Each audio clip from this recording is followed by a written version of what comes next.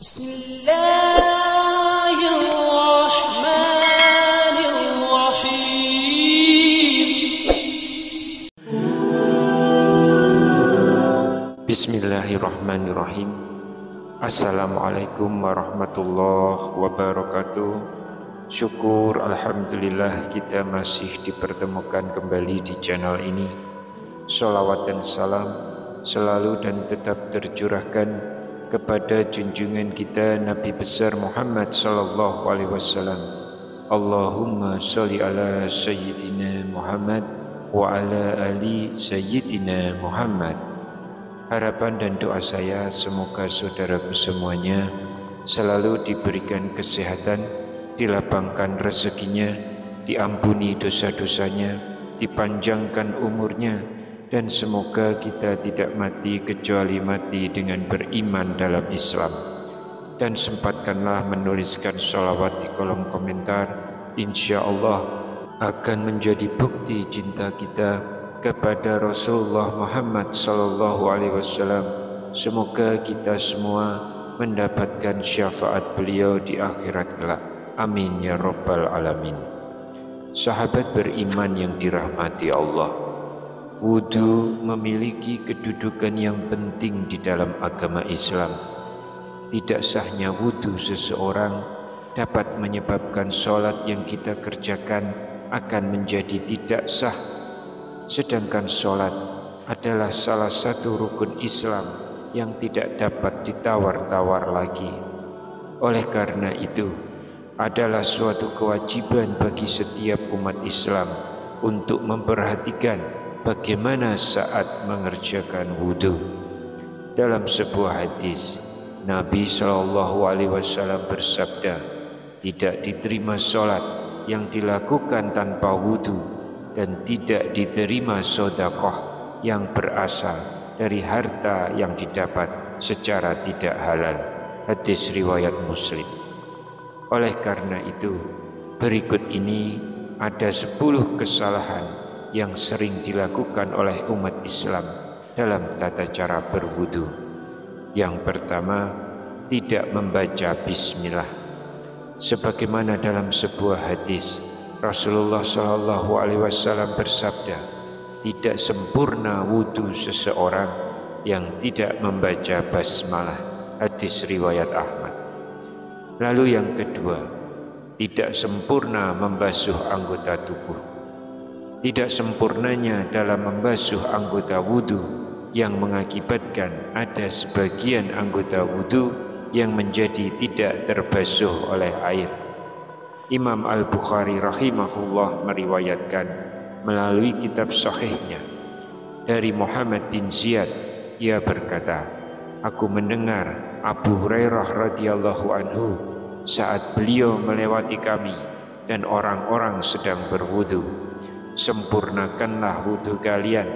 Sesungguhnya Rasulullah sallallahu alaihi wasallam bersabda, celakalah tumit-tumit yang tidak terbasuh air ketika berwudu dari api neraka.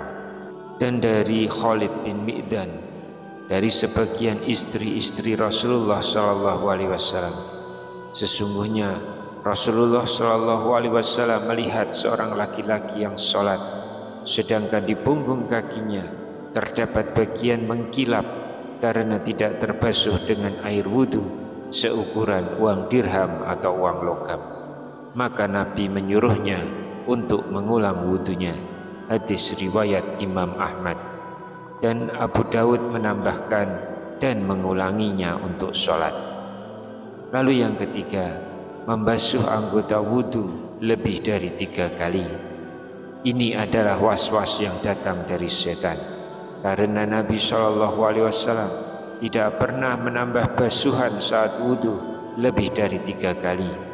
Sebagaimana tersebut dalam Sahih Al-Bukhari dari Sabit bahwa Nabi SAW berwudu 3 kali. Maka yang diwajibkan bagi seorang muslim adalah membuang semua rasa was-was dan juga ragu-ragu yang muncul setelah selesainya wudu.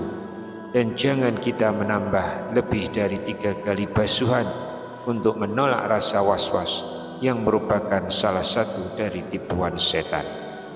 Yang keempat, boros ketika menggunakan air untuk wudhu. Allah telah melarang hal ini melalui firman-Nya, dan janganlah kalian berlebih-lebihan. Sesungguhnya Allah tidak menyukai orang-orang yang berlebih-lebihan. Quran Surat Al-An'am ayat 141 dan Quran Surat Al-A'raf ayat 31. Rasulullah SAW juga bersabda terkait hal ini, janganlah kalian boros dalam menggunakan air. Maka beliau atau Sa'ad berkata, apakah dalam masalah air ada pemborosan? Beliau bersabda, iya, walaupun kamu berada di sungai yang banyak airnya. Hadis riwayat Ahmad.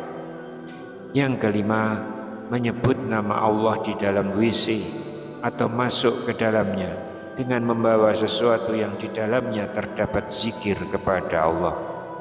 Ini adalah hal yang makruh, maka sepantasnya bagi seorang muslim untuk menjauhinya.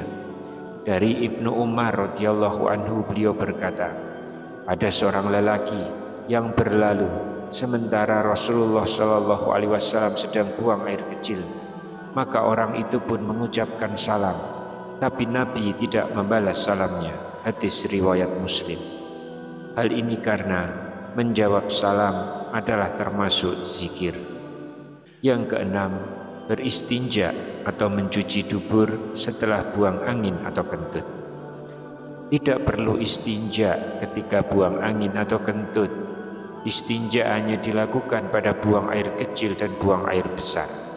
Maka tidak disyariatkan bagi orang yang kentut untuk beristinja sebelum berwudu, sebagaimana yang dilakukan oleh sebagian orang. Imam Ahmad rahimahullah berkata, tidak terdapat dalam Alkitab, tidak pula dalam sunnah Rasulnya, adanya istinja dalam kentut, yang ada hanyalah wudu. Yang ketujuh, tertidur, kemudian tidak mengulang wudu. Sebagian orang tertidur di masjid, kemudian apabila iqamat dikumandangkan, lalu dibangunkan oleh orang di sebelahnya, lalu ia langsung bangkit sholat tanpa berwudu lagi. Orang yang seperti ini wajib baginya untuk berwudu karena dia lelap dalam tidurnya. Adapun kalau dia sekedar mengantuk dan tidur ringan sehingga masih mengetahui siapa yang ada di sekitarnya, maka tidak wajib baginya untuk berwudu lagi.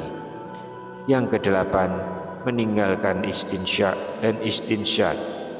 Istinsya adalah menghirup air melalui hidung sampai ke pangkal hidung, dan istinsyar adalah mengeluarkan air yang dihirup tadi dari hidung. Sebagian kaum muslimin ketika berwudu hanya memasukkan jarinya yang basah ke dalam hidung. Padahal dalil tentang istinsya dan istinsyar adalah hadis yang terdapat dalam Sahih Al-Bukhari. Dari Humran, beliau mensifati wudu Utsman radhiyallahu anhu. Kemudian ia memasukkan tangan kanannya di bejana, lalu ia berkumur, menghirup air ke hidung dan mengeluarkannya. Dan Nabi SAW bersabda, barang siapa berwudu, hendaklah ia menghirup air ke hidung dan menghembuskannya kembali. Dan barang siapa yang melakukan istisma atau bersuci dari buang air besar dengan batu, hendaklah melakukannya dengan ganjil. Yang kesembilan, menganggap bahwa mengusap leher dianjurkan, padahal sebenarnya tidak demikian. Hal itu tidak dianjurkan dan tidak termasuk ibadah wudu. Yang kesepuluh, doa saat membasuh anggota wudu. Imam An-Nawawi berkata, doa-doa ini, yaitu doa-doa pada saat membasuh anggota wudu, tidak memiliki dasar. Dalam Fatma Lasnah Daimah dikatakan, tidak ada doa dari Nabi SAW pada saat membasuh dan mengusap anggota wudu, dan doa yang disebutkan dalam hal ini adalah bikinan orang yang tidak berdasar.